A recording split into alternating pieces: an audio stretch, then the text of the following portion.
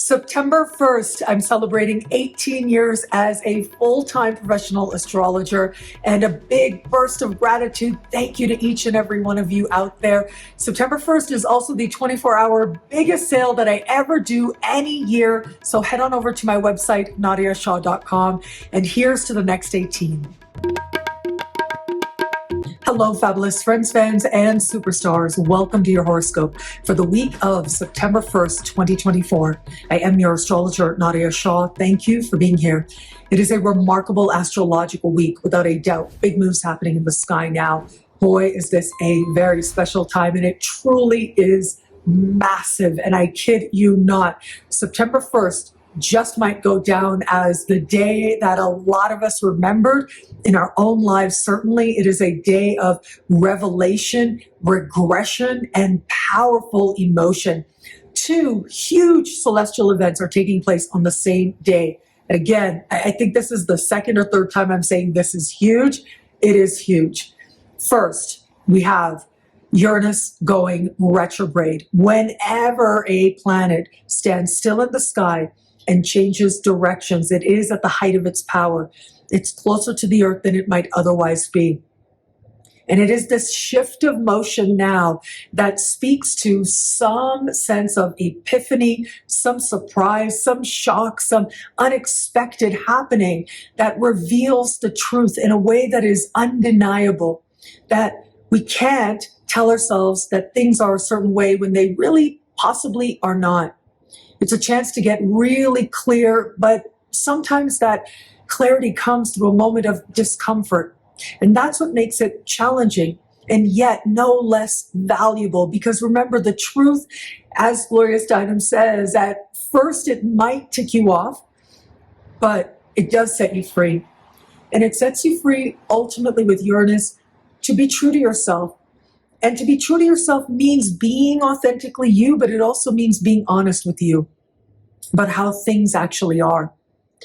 But the other huge celestial event that's taking place on the same day, yes, the same day, Pluto retrogrades back into the sign of Capricorn. This is huge. What is that, the fifth time I'm saying that word? Yeah, it's a big deal. It is this last hurrah of Pluto in Capricorn that's going to start now, and it is a very different vibe. It is going to be in November that Pluto will move back into the sign of Aquarius for a nice long stay of 20 years. And so for now, this really is that last little bit of the universe making sure that you got whatever you needed to get. You got the lesson, you got the insight, you got the understanding, even if it was hard, and even if this time is hard, because that's the thing with Pluto. Pluto can be challenging. I want to add another layer to this. If this wasn't enough, we're also going to have Mars squaring Neptune this week. These are the big three outer planets: Uranus, Pluto, Neptune. And I spoke about the outer planets transiting through the houses in my most recent book of Ravens and Dragonflies. I'll link to that below.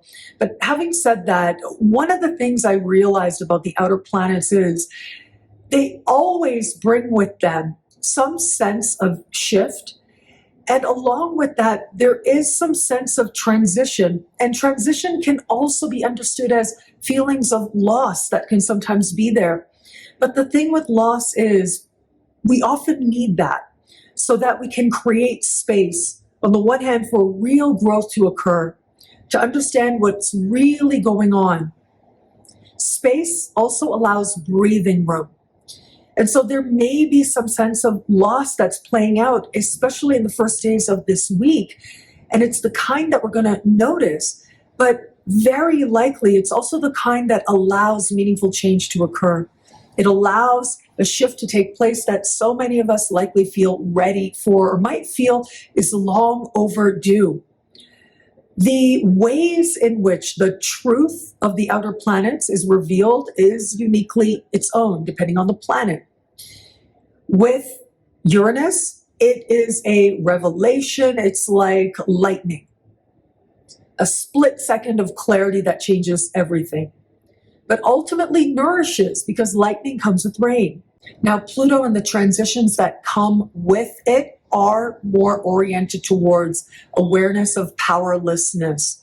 Even if it's hard to admit that to ourselves, we have to admit where it is that we just have reached the limits of where it is that we actually have control. And it's a truth that can sometimes feel painful because perhaps we had a lot invested in some intense vision of what we had hoped for. And it isn't that there wasn't a time when it wasn't that vision, but today and now it might not be that anymore. Given that this is Pluto that is retrograding back into the sign of Capricorn, that has to do with larger structures of power that feel like they've been there forever and ever. Yeah, it's facing that sense of what we felt would last forever and ever really may not. The feelings of pain and loss associated with Pluto can feel downright unfair, unjust. And where it is that there is a situation where there are power struggles, power games, or really toxic dynamics, it becomes clear as day to us. We can't lie to ourselves anymore that that's not what's happening. But being aware of it, being honest with ourselves about it, is the first steps towards real liberation and claiming a personal sense of our own power. And that is how it is that ultimately Pluto invites meaningful transitions to occur. With Neptune square Mars, Neptune also can bring a sense of transition, a sense of loss, but it's an awareness of the bliss that we had wanted, the merging with something greater than ourselves, the divine even, and realizing that's not it. There's this notion that many a spiritual teacher for many a millennia has talked about, and that is the idea of a false god.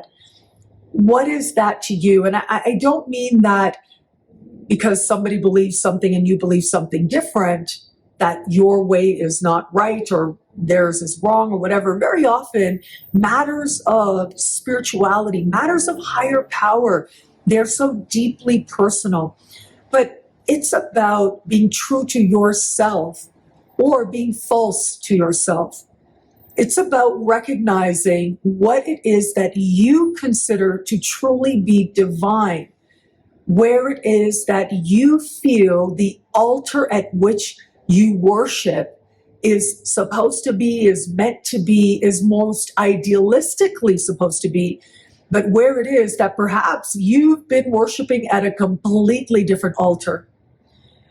And that can bring with it an awareness of where it is that we wish things were different. There is an awareness of loss because we realize where we spent a lot of our energy, put a lot of our spiritual energy, put a lot of our faith in a direction that is just either not going to be rewarded or really doesn't merit it or doesn't merit it anymore. Simone de Beauvoir was an incredibly influential feminist philosopher, amazingly influential during the second wave of feminism. And she liked to write a lot about relationships in particular. And of course, in her context, relationships between men and women is what she wrote about. One of her ideas that always stood out to me was this idea of how it is that we are raised. And of course, because she's a feminist writer, she's talking about it from the perspective of how women are trained to understand from a very young age to view marriage and their husbands as the place where they will worship. And so their husbands become a type of God. Without explicitly saying so, this is the dynamic that gets set up for little girls who become women. Now, I have come to understand that this idea plays out with us regardless of gender identity. But having said that, she talks about how you get into a marriage, and at some point, women get very frustrated. And the reason that happens is because they start to realize that this person that they have been trained to treat as a god is not a god, is just a human being. But according to Simone de Beauvoir, this is the moment where real relationship, real sharing, real love can actually begin. It isn't until we reach this moment where we recognize this is not a God, this is just a human being, that we're able to then approach them as an equal human being to us on their own learning journey.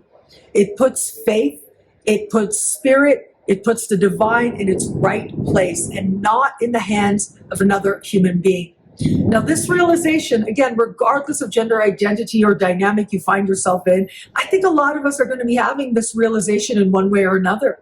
It is Mars that is at the very end of the sign of Gemini, the sign of siblings, the sign of equal relationships, and the sign of communication, understanding, the mind level connections we make within ourselves, but also with others. And Neptune right now is at the very end of the sign of Pisces, which is bliss, which is spiritual experience. It is plugging into source. It's being carried away to other worlds, because that's what it is to merge with the divine. Now, whether it is we do that physically, right? There's a very long tradition as well. I spoke about Rumi last week. Yeah, even in Rumi's writing, in the writing of many, where they talk about physical intimacy and the bliss that that can bring as a metaphor for spiritual ecstasy and bliss that can be found.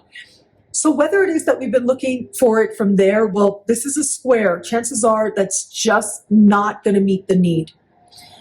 But outside of that, simply in communicating and actually hearing what another person is saying or observing how we are understanding what is playing out, we may have to acknowledge that awareness, that disappointment that comes, that is about realizing this person is at the center of our altar when they are not a higher God. They are not a higher expression. They are a equal expression to us. They are not to be in the center of the altar. They can be part of what we bring into the altar, so that what is at the center can bring blessings all around, whether it's to the relationship, to the dynamic, or to that person, right? The desire that we have for other people to do well, to be well, can be there. That awareness just might lead us to feel uncomfortable, to put it lightly, and at a loss of some kind. But that is necessary so that real, meaningful dynamics can actually begin, whether that's within a specific dynamic or person or not, and whether it is you're meant to carry forward and move forward within a particular dynamic or not, that will show up at this time as well. Okay, I was so excited about getting started that I didn't realize the mic is not plugged in. So I am going to put that down, and I'm going to work with whatever audio does show up in this video, and we are going to move forward. Now, in the midst of these powerful, big energies, smack dab in the middle on Monday, we have a new moon in the sign of Virgo. And this new moon is standing across the sky from Saturn. This is remarkable, I have to say. It speaks to a sense of responsibility and some stress, a reality check moment that feels like it's coming from outside of us. And it ultimately allows us to see ourselves differently and lends itself to a new beginning. And that's how oppositions work. And depending on what planet is opposed, well, that speaks volumes to how we're feeling about it. With Saturn, well, Saturn is known to be serious. It is about being brought down to earth, having an appreciation of what actually is. And that can bring with it that stressful factor, but especially in an opposition, the sense of responsibility and ownership for our happiness that Saturn represents, well, the message can be delivered through a moment where it feels like someone's getting in the way of that. But that is the anchor point. That is the moment of truth that lends itself to then understanding what beginning is being called for here. But the thing I've also found with Saturn is that Saturn invites us to say to ourselves and to think, can I do this for the rest of my life? Is this worth doing for, I don't know how many more years or not? With Saturn, we're invited to look at the finiteness of life, how little time we actually have on this earth, in this incarnation. Our souls will be infinite, are infinite. And on a soul level, yes, we've always been here. I believe we've been here and we're going to continue to be here. But in this incarnation, with the you that you know yourself to be right now, that is a very short amount of time. And Saturn invites you to get real about that fact, about the fact that there is a part of this incarnation that is defined as mortal, as limited, as much as the soul and the spirit are unlimited. And so a lot of us are going to be feeling some stress, some seriousness, some sense of consequence to this time, some sense of really wanting an answer or making a difficult decision that lends itself to a sense of a new beginning and a sense of possibility now. Now, what's possible for us ultimately is defined by an understanding of what our options are. But I also think that there's a sense of, as a result of what feels it isn't working, as a result of the actions of another that we find not acceptable, right? For others, look, the reality check is going to be the realization that, wow, this is uncomfortable, this news I'm getting, this reaction, but it makes sense, it's justified. Or it's going to be that, you know what? This isn't working for me anymore. The reality of this exchange, this person, this feeling, yeah, I'm not signing up for this anymore. I'm done. Because of the finality of Saturn. But it's a new moon. With that ending comes a beginning. And oppositions act as a mirror, because ultimately, if we want, we can project that energy. We could say, that person is doing this, this sucks, and that's it. But when it is that we take ownership, we look at our perception of whatever somebody else might be doing and ask ourselves, what power do we have in this moment? What choices are we going to make? Even if we feel that our choices are limited, there's a choice to be made there. And this one-on-one exchange, these dynamics can play out in all kinds of ways in our professional alliances and connections and exchanges with others, but of course in our personal relationships and exchanges with others as well. Virgo is also an energy of brilliance. This is, after all, where Mercury is exalted. And so it brings this idea of mind, but it also understands that there are understandings and wisdoms that are embodied as well. Virgo is an earth sign, after all. And it is this nuanced take of life and of the details of life, those very small moments, and how they embody the sacred, how they embody what it is to be human, but also understanding that what it is to be human involves intellect. It involves making sense of it as well. Well, that just might be illuminated for us in some way under the light of this new moon. The lead up to it is when we are in the dark of the moon, and that is where we start the week in that dark of the moon with big planets strongly at play. But then this new moon makes us admit some truth to ourselves by accepting the nuances, by accepting the details, by taking ownership for what's been in front of us, obvious as day all along, but maybe we didn't want to see it up until now. It's almost like we needed a moment away from in order to then return to, and in the return, admitting the truth, and everything changes. I think this is going to be a week when a lot of us feel like so much changed in our lives in ways that maybe we hadn't anticipated. There's the wake-up call of Uranus. There's the profound and intense realization of Pluto. And there's that contrast between bliss and loss that some of us may likely have to become aware of now. Mercury is going to be a huge help in all of this, and the main reason is because we're going to end the week with Mercury square Uranus. This is the third square that Mercury is making to Uranus as part of the larger Mercury retrograde season. We're still in it. We're starting to wrap things up. But this is a key characteristic of this time. And it is the square of Uranus that is a shock a minute. It's a surprise a minute. It feels uncertain, but it is the truth. And the truth feels positively illuminating on the other side of it. It is Uranus that is one of those big three outers I spoke of, revelation. And even though it's the beginning of the week that Uranus goes retro, Uranus is standing still this week. Again, still at the height of its power. And that means that whatever epiphanies, revelations that we're having, it is at the end of the week that we come to make sense of it in ways that may not feel comfortable, that might feel downright uneasy, but are necessary. This is where in a split second we put a lot of pieces together. Thank you, thunder. I don't know if you can hear that, but yeah, the thunder is supporting us right now. A lot of pieces come together. And it ultimately ends up being the case that we're able to have that epiphany, have that realization, everything looks different, and now we get it. It's like the penny drops, as they say. We feel that we can move forward.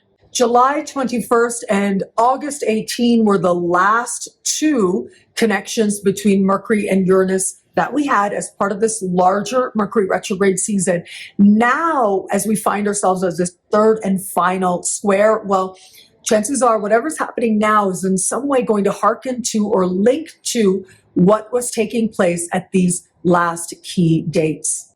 Now, finally, September 4, which is Wednesday, is when Mars changes signs. And normally Mars will spend about a month and a half per sign over the course of a 2-year cycle. However, this time is different. This time is big because as Mars enters Cancer, we're not yet in a shadow period or the larger Mars retrograde season, but it is the beginning of this heightened awareness around Mars and Cancer energy. Specifically, right now, Mars enters Cancer, but as we move forward in October 4th, a month later, Mars will enter shadow. This is the path that Mars is going to walk over, but then retrograde over as well. And it is whatever's happening right around October 4 that is going to play a very key role once we get into next year.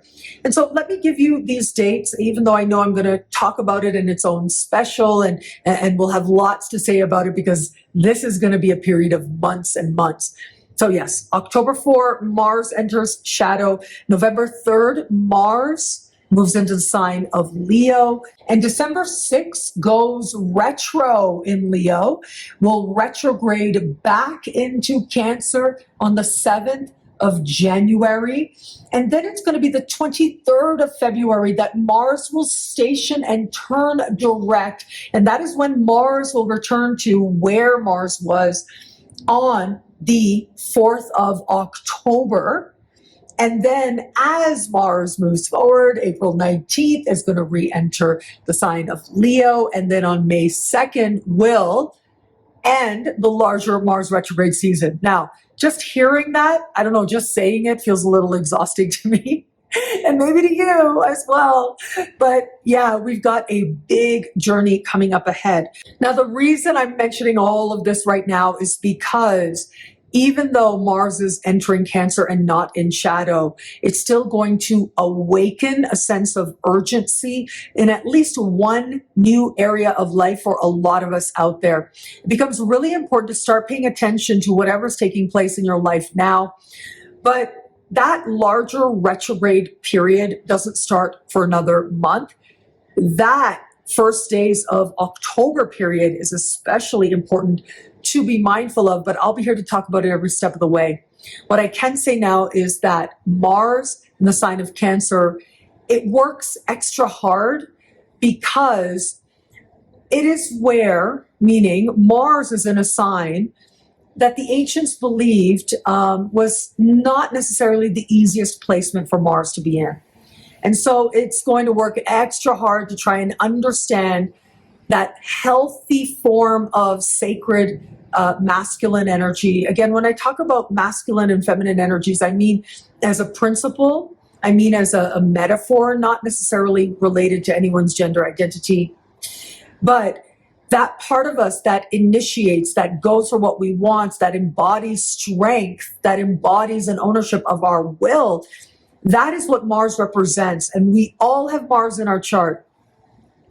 And we might work overtime to strive and understand what that energy is going to mean for us. It's like we want to take ownership of our ability to initiate, to go in the direction that we desire to go with our lives, to cultivate self-knowledge, and to live that self-truth that we find within ourselves through our actions, which is what Mars teaches us. That work is going to take on a greater imperative. Start to feel that now.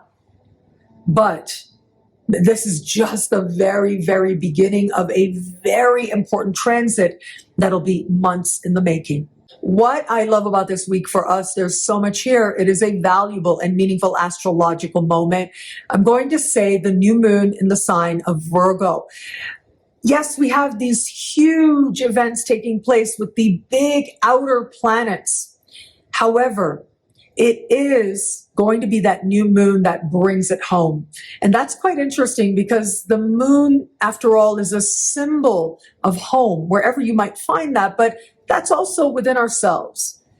It's what finally is understood. It's the penny dropping that this new moon represents by finally looking at the evidence, at the details, and getting clear on them, even if it's hard. And even if you wish those details were different, even if you wish the reality was something else, the truth is going to be undeniable. But here's the thing to remember. With the outer planets, yes, there can be a feeling of loss. And yes, outer planets do involve some sense of transition. But transition is necessary so that what we move towards is real, is authentic. And that means that it is more than what we knew before. Well, thank you so much for watching. What do you love about this week? Let me know in the comments below. I love reading you guys, and to prove it to you, here's some of my most recent favorite comments. Thank you to everybody who likes, who comments, who subscribes, who shares, who thumbs up. All of it means so much. I'm so grateful for you. Thank you. And of course, if you want to know how all this wonderful stuff this week speaks to you in your sign, log on to NadiyaShahSuperstars.com, where you get expanded exclusive video scopes each and every week for as low as just $3 a month with Choose Your Membership Rate. Higher tiers get you things like all access passes to Synchronicity University events, consultations with me, and so much more. All of this in the superstar space at NadiyaShahSuperstars.com. Links are in the description below. And once again, a massive burst of gratitude for 18 years as this week is beginning. Wow. We have walked this journey together for 18 years. I have been here. I'm not going anywhere. I may need to take a pause for a minute, right? But the minute comes and goes, and then here I am. I'm back and I'm talking to you. And it's just such an incredible blessing and a privilege to be some part of your sacred journey. So there's a huge sale that happens, a 24-hour sale. It's the biggest sale of the year. And I know a lot of friends and fans and superstars wait for September 1st because they know there comes the thunder. That's when the best sales are. Thank you, universe, for working with me to just really bring it home. Speaking of home, right? Yes, like thunder, like lightning. It's so exciting. We are going to have this incredible online event with the sale, and I'll be live somewhere or other online on that day as well. And yeah, lots of things to look forward to there. I hope you absolutely love them, and my heartfelt gratitude to you. Here's to the next 18. Synchronicity University has some absolutely incredible programs starting this week. Yes, here we are. This week, amazing programs are taking place. These courses are beginning. Now, Choose Your Tuition Rate ended yesterday, just before this begins, but you may just be able to get in there last minute before the site changes over, you'll be able to catch that Choose Your Tuition rate to learn from these amazing astrologers. I'm going to start with my own course, Many Happy Returns. I'm super excited about this. The idea for this course came from somebody asking me how they can create their own like personal monthly horoscopes. And as soon as I read that, I was like, well, look, that is the lunar return chart, and that's what I use. And return charts are the key to prediction according to the great Michael Luton. And so that's what we're going to be looking at here over the course of this 5-week course. We will start with lunar return charts, and then we'll look at solar return charts, which gives you insight into how to look at the year ahead for you personally. We're going to look at the Venus return chart, which is, as it sounds, about love and money and how to use that to find an understanding. The Mars return chart is very powerful as well. It's vitality, it's energy, it's correlated to health as well, but it's also about passion. So we'll look at that. And then the final class will be looking at Saturn and Mars return charts. And so you see here, there's a lot to look forward to. And this is a whole other technique, looking at the return charts and aspects to the return charts. And it is uncanny how you start to align these important events of life with what was happening during a particular return cycle. I'm going to teach you that. We'll walk that 5-week journey together. Check it out. You may just be able to tap into that as low as just $5 a class rate. By the end of the week, though, for sure, we'll be back to our normal price per class, which is $35 a class. You can learn a whole lot more and sign up now at synchronicityuniversity.com. Synchronicity University presents the one and only Cameron Allen. What? Cameron Allen is back at Synchronicity University, superstar astrologer, like in front of my eyes. Every few months, he's having another big win, another recognition, another gain. He really is this growing star in astrology. And so, yes, Cameron Allen is a world leader, has emerged as a leader in medical astrology. He's so deeply committed to holistic health astrology. And he's coming back for another course that starts this week at Synchronicity University, looking at planetary remedies. Now, this is a class I'm really looking forward to because it's about working with the chart, understanding the energy, and tapping into it to bring balance into life, including your health, and so much more as only Cameron Allen can teach it. Now, you have likely the first days of this week, at least 1 or 2 days to choose your tuition rate still, as low as just $5 a class.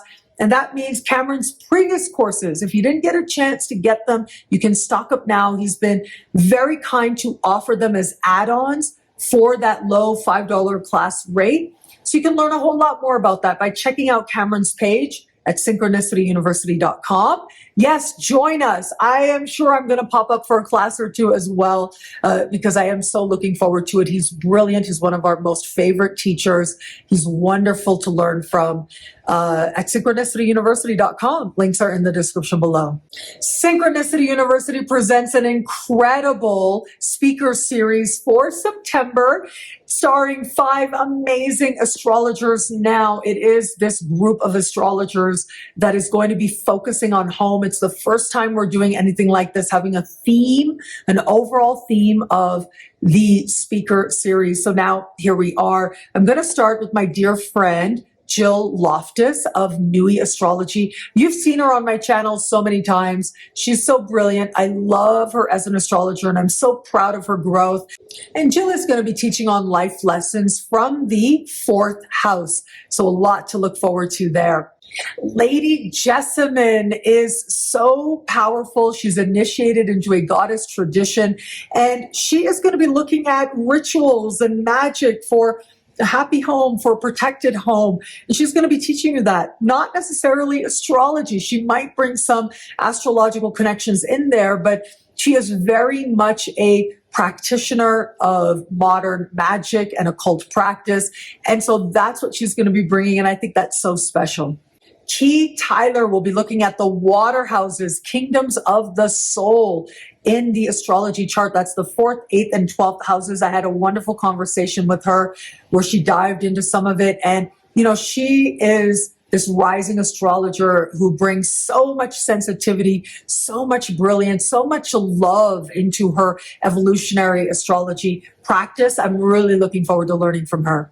Meghna Bhagat is going to be talking at being at home with your chart. And I love that idea. It's about being at peace with your chart and what it is and finding the ease and comfort within it. She's going to empower us to do that.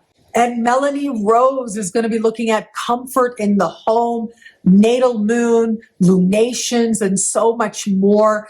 Melanie Rose brings so much love. She's such a loving presence. You see that in the interview that I did with her, and also you will see that in the class as well. She went through the different moon signs in the interview that you should be able to find here on my YouTube channel. So you might want to check that out to see just how brilliant she is and how loving she is, and she's going to bring all of that to this astrology talk. So you can see we've got an incredible September speaker series only at Synchronicity University. As we start this week, you just might be able to get in there to choose your tuition rate as low as just $5 a class to learn from these brilliant astrologers now. Links are in the description below. Now, before I let you go, I do want to mention something very near and dear to my heart. I learned earlier this week of the passing of my very dear professor, the one and only Jeffrey Cornelius. Jeffrey Cornelius is a legend, and now he is a titan among the stars. And I'm trying not to get emotional about it. I definitely cried when I heard the news. He was so important to me in my life as an astrologer, for understanding what it is to approach what I do with reverence, to understand that we as astrologers, we are the descendants of all the astrological ancestors that ever were there. His book, The Moment of Astrology, is a book that changes lives. And I mean that absolutely sincerely. Recently, Jen Zart wrote that most astrologers, when they read that book, they think about how and who they were as an astrologer before that book and who they were after that book.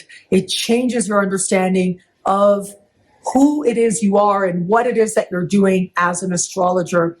And actually, my first book, Astrology Realized, that title was chosen because of an academic paper that he wrote that explored the difference between a speculative reading and a realized reading. And I explain all of that in the introduction to my book as well. He was so influential to so many astrologers in the world. And of course, to me, as my former dear professor. And so if you have a moment, please check out his book.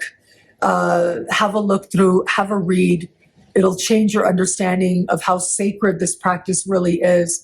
And send him a burst of love, because if anybody deserves the gratitude of astrologers, whether you love astrology or you're just a fan, which is great, or you are an astrologer and you take this seriously, you love learning from the stars like I do, I hope that you'll take that moment to send his soul a burst of gratitude. He was a very special person. He was brilliant. He was amazing. And I'll miss him. And thank you. Thank you so much for this moment with you. Thank you for your trust. Oh, I'm grateful for it. And yes, 18 years as a full-time professional astrologer. Wow, where did it go? Well, it went here, right? On YouTube, like 16 years of those years have been on YouTube, coming up to 16 years on YouTube. And I'm not going anywhere. I love being present with you.